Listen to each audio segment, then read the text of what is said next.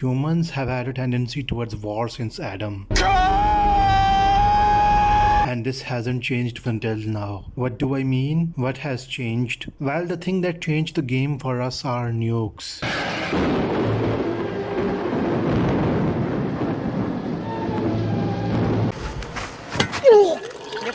Yikes. Ever since the nukes were invented, war was forced to change. How was it forced to change? Well, that's what I will explain today. Be sure to become a member of my Patreon where you gain early access to my videos and scripts. By becoming a member, you will help support my work. Every dollar paid will give you these kinds of coverage and news. Now back to the video. So how have nukes changed warfare? Well, if you hadn't noticed, countries don't go to war anymore. I mean big countries, superpowers like USA and Russia or China. These countries tend to sit back, drink some vodka or tea. Great plan. And avoid direct engagement with one another, because if they are forced into a war, it will be end of the world. No way! No, seriously. Enter proxy wars. What are proxy wars? Well, proxy wars are the more popular way for superpowers to go to war with one another while keeping the destruction that comes from the war off their borders. Each proxy war has a patron, the patron being the superpower and the client, the ones who are actually doing the fighting, while the patron country is chill by the side. Proxy wars have existed since the time itself, but it has become a more appealing option in recent decades since the nukes were invented. Not a great plan. Why do they have such popularity with the superpowers? Well, the superpowers have learned since World War II that modern ways of fighting are more destructive and will destroy not only the enemy but their own countries as well, which is kind of what happened in World War II. So they chose this method to keep war off of their borders.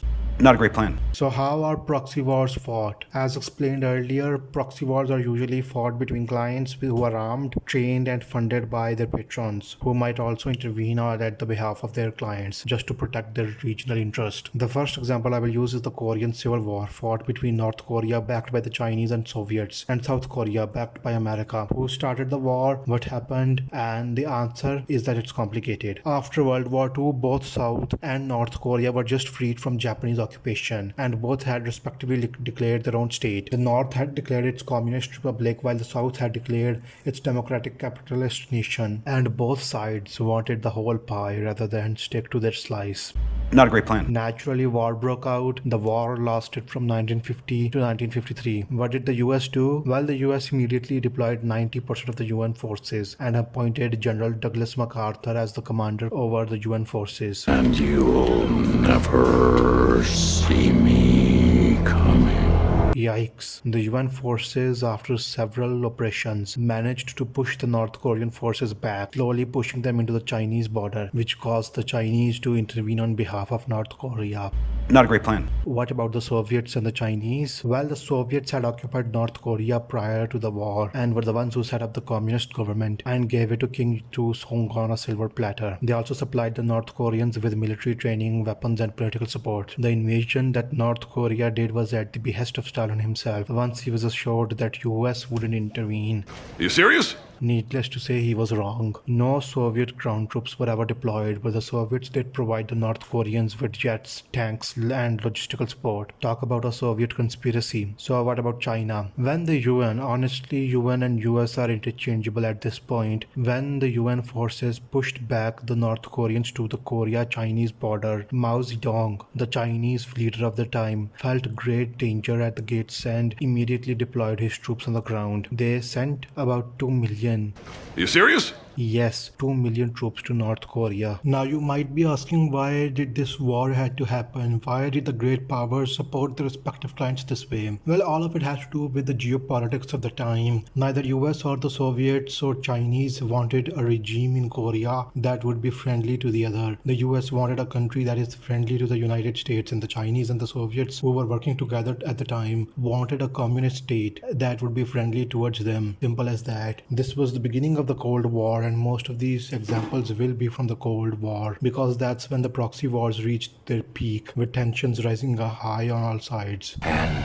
here we go. buckle your seatbelts because we are next going to look at the infamous Vietnam War. The story of Vietnam is similar to the Korean story. Vietnam was under the oppressive colonial rule of France. Now that's just racist. How very naughty of you, France. So what did the Vietnamese do? They fought back for their independence and after a long battle finally got rid of the French occupiers in 1954. France. Vietnam was then divided in the classic Western imperialist move into two countries. Not a great plan. The North being the communist one and the South Vietnam being capitalist. So what happened? What led to the now infamous war? Well, we are getting to it. The US under Eisenhower and eventually Kennedy supported the South, believing that if one country in Southeast Asia were to fall to communism, the whole of Southeast Asia will fall to communism. So America being America, they armed and trained South Vietnamese army, built their infrastructure, sent some 16,000 military advisors there. No way! Man, they were preparing for everything. Well, peace was not to last. Allegedly, some US destroyers were attacked by North Vietnamese, and because of that, Lyndon B. Johnson was given authority by Congress to escalate the US involvement in the region without declaring war. By 1968, almost 500,000 US troops were present in Vietnam. They were preparing to go to war. The US did search and destroy missions and conducted heavy bombing campaign over Vietnam. The US also used Agent Orange, which caused severe birth defects among the population living there. It was a nightmare for the people just living their lives trying to survive. The communists used guerrilla warfare and hid in tunnels to play a war of attrition against the US and the South Vietnamese troops. This was truly a nightmare that just began. I don't feel so good. Meanwhile, the US, being US, expanded the war to Cambodia and Laos, Not a great plan. which had nothing to do with the North Vietnamese. This caused massive anti-war protests in America. Despite all the atrocities and after all the blood, sweat and tears, finally the North Vietnamese forces captured Saigon, and this ended the Vietnamese war. Vietnam was now united under the communist rule. Good God. But what about the Soviets? What was their involvement in this conflict? The Soviets saw this as an opportunity to spread communism in Southeast Asia, and so they poured billions of dollars worth of military equipment into North Vietnam and sent thousands of military advisors, engineers and specialists to train the North Vietnamese army. Officially, no Soviet troops were deployed there, but I assure you they were backing the North Vietnamese hard. Once the war was over, the Soviets helped rebuild Vietnam, and a treaty of friendship and cooperation was signed in 1978. In return, Vietnam gave the USSR access to Cam Ranh Bay, a strategic naval base in the South China Sea. Nice. What about China? Where is China in all this? Well, China viewed this as an anti-American imperialist war, and so under Mao Zedong sent 300,000 troops to North Vietnam. They helped them maintain and operate anti-aircraft artillery and radar systems, and was the North Vietnamese's main military supplier. They gave them guns, bombs, food, fuel, uniform, you name it. We got Korea, we did Vietnam. Now to move on to the next proxy war, the Soviet-Afghan War. Here we go. This one, the one that ended the USSR. On December 24, 1979, USSR invaded Afghanistan to help the communist government against growing resistance from the rebels. The US, the oil-hungry daddy that is, saw this as an expansion of the Soviets into the oil-rich Persian Gulf region, and so the US began to intervene before it. Messed it all up for everyone. The US decided to support the Islamic resistance groups to weaken the USSR both politically and militarily, and tried to avoid direct conflict with the Soviet forces. The CIA started training and arming and funding the local Afghan Mujahideen, and they were the ones who started framing the issue as a jihad against the godless communists.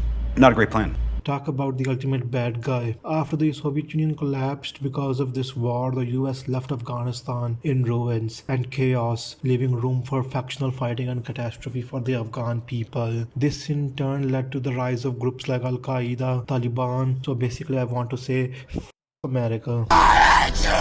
But these are old examples. The Cold War is over. What is the status of proxy wars today? Well, we need not look beyond Syria. Now, Syria is a huge mess. There's no bigger mess in the age of proxy wars than Syria. And I have covered Afghanistan in this video, for God's sake. Multiple actors have been involved in Syria, and multiple armed groups rose up because of this that have left the country utterly in ruins and misery. First, there is Russia, who wanted to help Bashar al-Assad stay in power, given that he was Russia's Russia's favorite dog. Why so serious?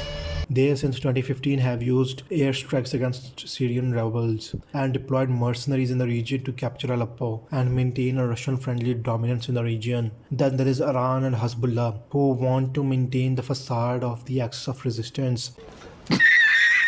Yeah, right. An axis of resistance against Israel and the US, and so they funded and organized Shiite militias in Syria and also provided them with weapons and intelligence. They also deployed thousands of ground troops who would go on to commit terrible atrocities against the Sunni population. And how can we forget the United States? They went on to also train and arm rebel groups and deployed troops against ISIS and also carried out airstrikes against them and generally causing a great deal of mess. There's also Saudi Arabia who funded and armed the Sunni rebel groups and also gave them money along with Turkey and Qatar. And then there is good old Israel who did hundreds of airstrikes on Syria to deter Hezbollah and Iran. Mix it all up and you have a devastated country with hundreds of thousands dead and millions more displaced with no hope of any kind of stability, politically, economic, any kind. Sheesh. Were you entertained? If yes, become a member on my Patreon page to help produce better videos. I will upload the script of the video and the video itself early for Patreon members only. There are also a lot of other perks that you can check out. Click the link in the description below. And that's the end of our story. Proxy wars are here to stay. They are cheap and they are useful to place puppets in key regions to assert your influence, which is why we won't see the end of them anytime soon. Meanwhile, the local population is the real sucker who pays the price. Let me know your thoughts on these proxy wars in the comments and I will see you in the next video.